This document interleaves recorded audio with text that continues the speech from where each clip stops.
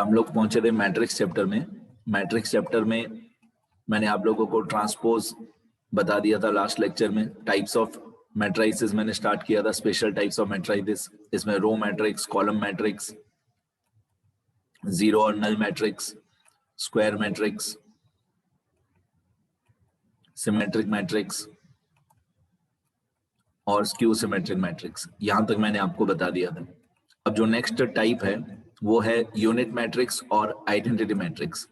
अब unit matrix या identity matrix वो होती है कि पहली बात तो ये स्क्वायर मैट्रिक्स होनी चाहिए, मतलब number of rows and number of columns equal होने चाहिए, स्क्वायर मैट्रिक्स होनी चाहिए, और इसके सारे डायगोनल के एलिमेंट्स इक्वल टू 1 होने चाहिए। A square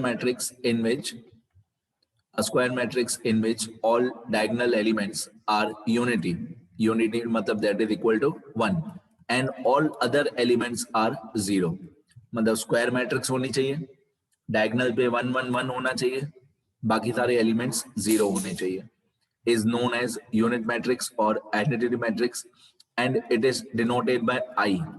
ये I है, आप लोग इसको कैपिटल I लिखना। It is denoted by capital I। ठीक है, कंप्यूटर में प्रॉपरली I प्रिंट नहीं होता है, जैसे I फॉर इंडिया होता है, ऐसे प्रॉपरली कैपिटल I लिखना। एग्जाम्पल, ये आइडेंटिटी मैट्रिक्स है 3x3 का, तो ये स्क्वायर मैट्रिक्स भी है क्योंकि इसमें 3 रोज हैं और 3 कॉलम्स हैं। इसमें 3 रोज और 3 कॉलम्स हैं और डायगोनल पे सब जगह पे 1 1 1 है। स्क्वायर मैट्रिक्स होना चाहिए, डायगोनल पे 1 1 1 होना चाहिए, बाकी सारे एलिमेंट 0 होने चाहिए। So this is the unit matrix of order 3x3। इसको I3 भी बोलते हैं। I3 मतलब आइडेंटिटी मैट्रिक्स ऑफ 3x3। इसके बाद ये है आइडेंटिटी मैट्रिक्स ऑफ 2x2, मतलब इसमें 2 रोज और 2 कॉलम्स हैं। 2 रोज, ये पहली रो, ये दूसरी रो, और 2 कॉलम्स हैं, ये पहला कॉलम, ये दूसरा कॉलम। ठीक है, और डायगोनल पे 1 1 है, डायगोनल पे 1 1 होना चाहिए, बाकी सारे एलिमेंट 0 होने चाहिए। तो इस पहली वाले एग्जांपल को बोलते हैं I3, दूसरे एग्जांपल को बोलते हैं I2, मतलब identity matrix of 3x3 and identity matrix of 2x2। इसके बाद आता है डायगोनल मैट्रिक्स। डायगोनल मैट्रिक्स मतलब एक ऐसा स्क्वायर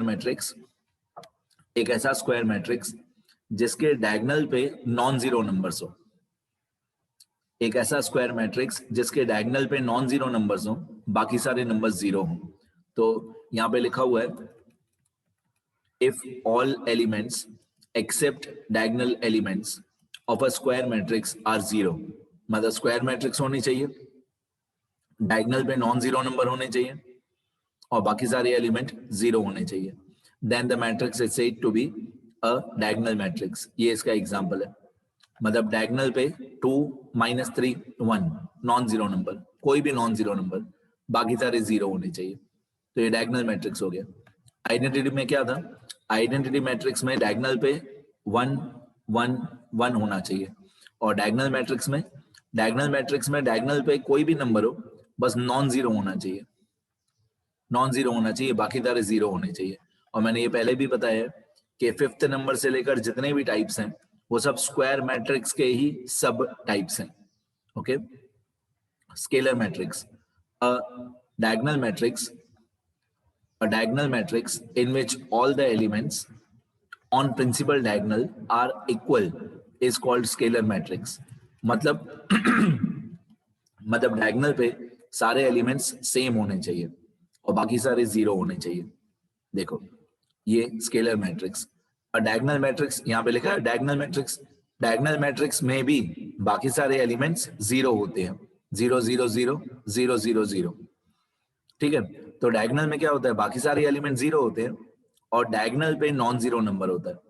अब स्केलर मैट्रिक्स में, ये स्केलर मैट्रिक्स लिखा हुआ है, स्केलर मैट्रिक्स में डायगोनल पे तीनों एलिमेंट्स सेम होने चाहिए, जो भी एलिमेंट्स हो तीनों सेम होने चाहिए। फॉर एग्जांपल -5 -5 -5, बाकी सारे 0 होने चाहिए।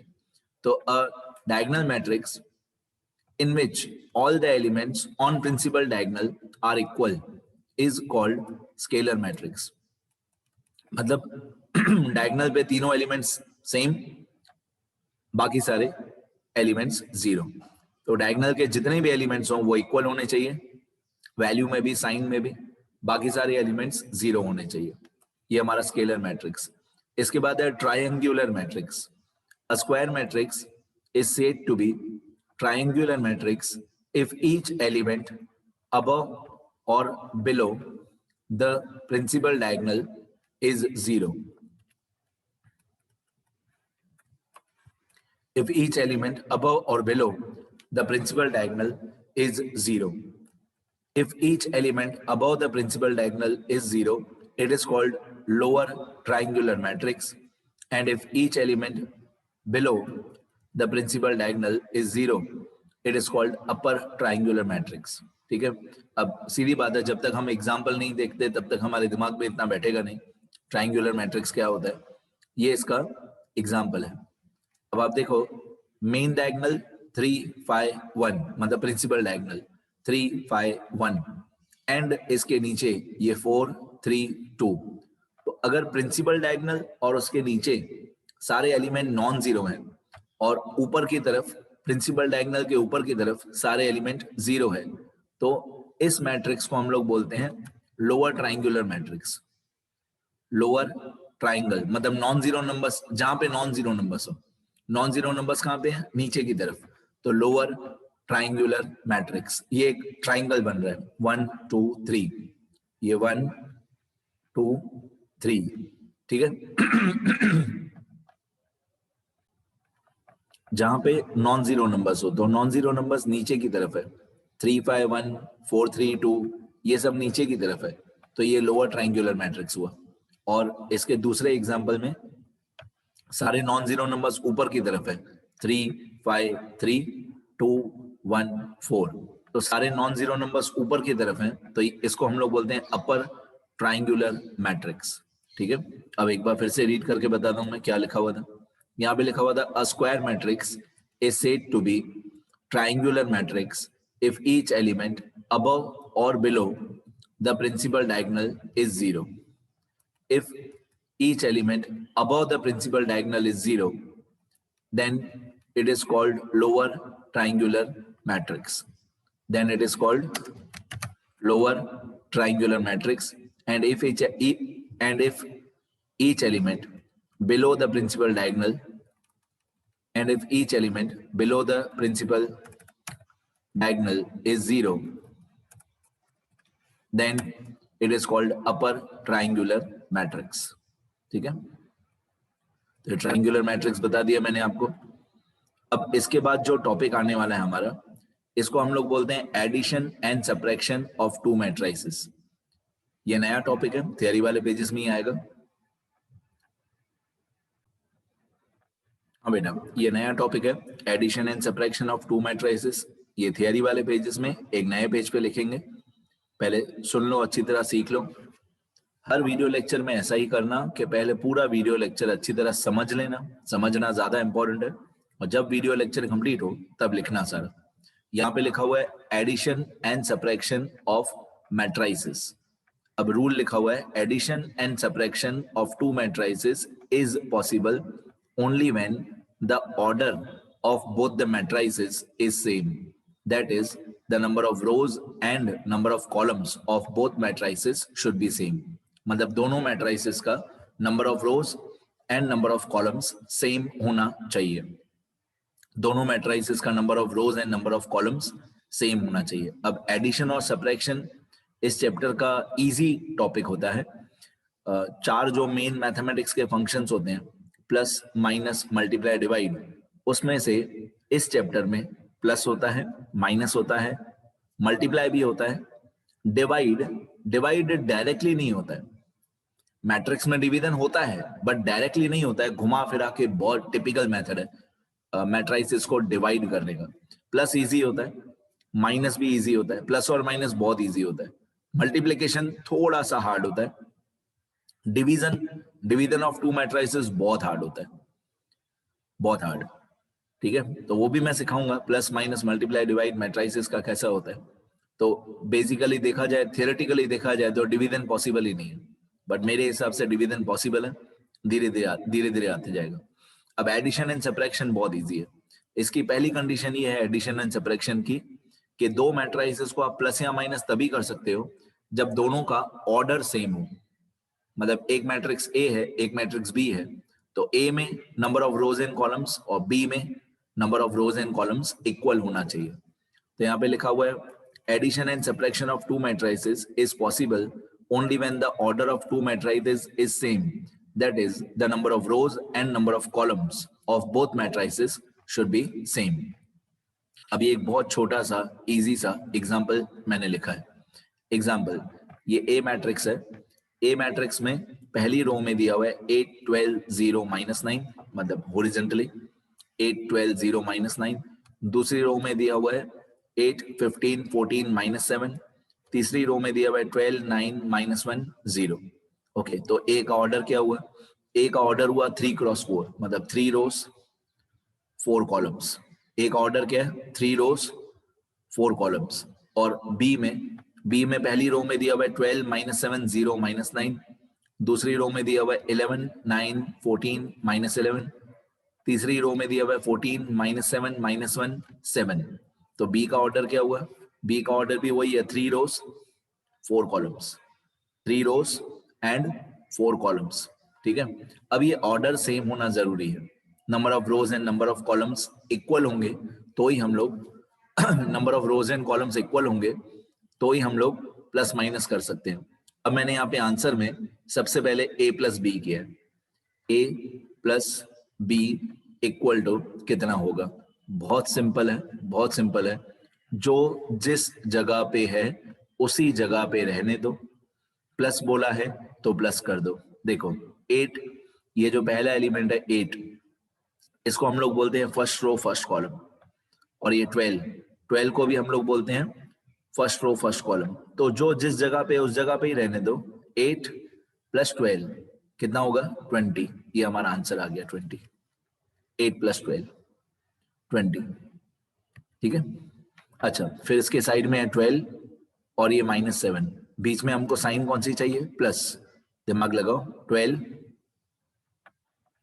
Plus 12 plus -7। अब 12 प्लस -7 ये होता है 12 - 7। 12 - 7 होता है 5। ये रहा 5। 12 प्लस -7 ये होता है 5। इसके बाद है 0 प्लस 0, ऑब्वियसली 0 प्लस 0 0 होता है। इसके बाद है -9 प्लस -9। अब -9 प्लस -9, तो ये प्लस माइनस माइनस होगा, प्लस माइनस माइनस, तो अल्टीमेटली ये हो जाएगा -9 -9। अब -9 -9 -18 होता है। इसके बाद है ये 8 प्लस 11, 8 प्लस 11 वेरी इजी 19। फिर 15 प्लस 9, 15 प्लस 9 24। फिर 14 प्लस 14 ये आएगा 28। फिर -7 प्लस -11, तो प्लस माइनस माइनस 7 -11 ये आएगा -18। फिर 12 plus 14 equal to 26। 9 plus -7, 9 plus -7 मतलब 9 - 7, 9 - 7 2। फिर -1 प्लस -1, तो -1 ये हो जाएगा -2। फिर 0 प्लस 7 इक्वल टू 7। ये एडिशन हो गया। दो मैट्रिसेस प्लस कैसे करते हैं? सिंपल है, जो जिस जगह पे है उस जगह पे रहने दो। प्लस बोला है तो प्लस कर दो, माइनस बोला है तो माइनस कर दो। अब मैं यहाँ पे प्लस की जगह माइनस कर देता हूँ और नीचे आंसर a माइनस बी का ये वाला हम लोग एक बार कंपेयर कर लेते हैं कि a माइनस बी सही है कि गलत है। ये वाला a माइनस बी, देखो ये 8 माइनस 12, 8 माइनस 12 -4। ये a माइनस बी देखो लिखा हुआ है a minus B equal to, तो ये 8 माइनस 12, 8 माइनस 12 -4, 12 माइनस -7। अब 12 माइनस -7 तो ये हो जाएगा 12 प्लस 7, 12 प्लस 7 19, 12 प्लस 7 19 मतलब 12 माइनस -7, 12 माइनस -7 मतलब ये हो जाएगा 12 प्लस 7, 12 प्लस 7 19 होता है। इसके बाद 0 माइनस 0, 0 माइनस 0 0। इसके बाद -9 माइनस -9, तो -9 करेंगे तो +9 हो जाएगा, तो -9 + 9 0। इसके बाद 8 -11,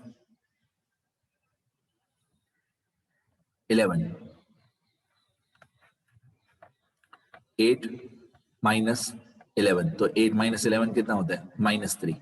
इसके बाद 15 -9, 15 - 9 6 होता है। इसके बाद 14 -14, ये 0 होता है। इसके बाद -7 -11, तो -11, ये -11, ये हो जाएगा +11, तो -7 + 11 आंसर आएगा 4। फिर 12 -14, तो ये आएगा -2।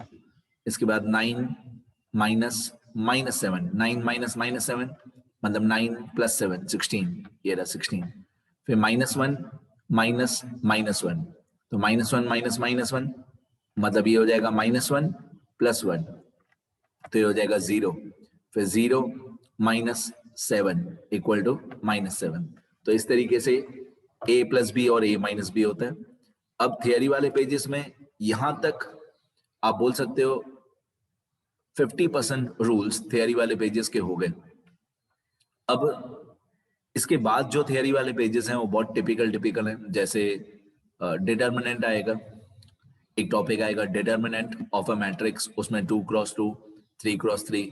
फिर एक टॉपिक आएगा एडजॉइंट ऑफ अ मैट्रिक्स, उसमें 2 क्रॉस 2, 3 क्रॉस 3। उसके बाद आएगा इनवर्स ऑफ अ मैट्रिक्स, उसमें 2 क्रॉस 2, 3 क्रॉस 3। ये टॉपिक्स अभी और भी 3 टॉपिक थियरी वाले पेजेस में बाकी है, डिटर्मिनेंट, एडजॉइंट और इनवर्स, वो अभी धीरे धीरे आएंगे। अब इस वीडियो लेक्चर में मैं चाहता हूं कि आप लोग इतना लिख लो पहले, जितना मैंने इस वीडियो में समझाया आपको। मैंने यहां से स्टार्ट किया आज यूनिट मैट्रिक्स से, 7th नंबर टॉपिक्स हैं ये, स्पेशल टाइप्स ऑफ मैट्रिसेस में यूनिट मैट्रिक्स है, लिख लेना प्लीज। ये डायगोनल मैट्रिक्स है।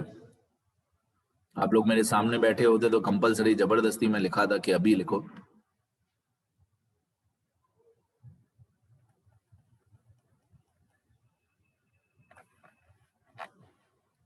नोटबुक में खुद की हैंडराइटिंग से लिखने से 100 डाउट सॉल्व हो जाते हैं, तो प्लीज खुद लिखो।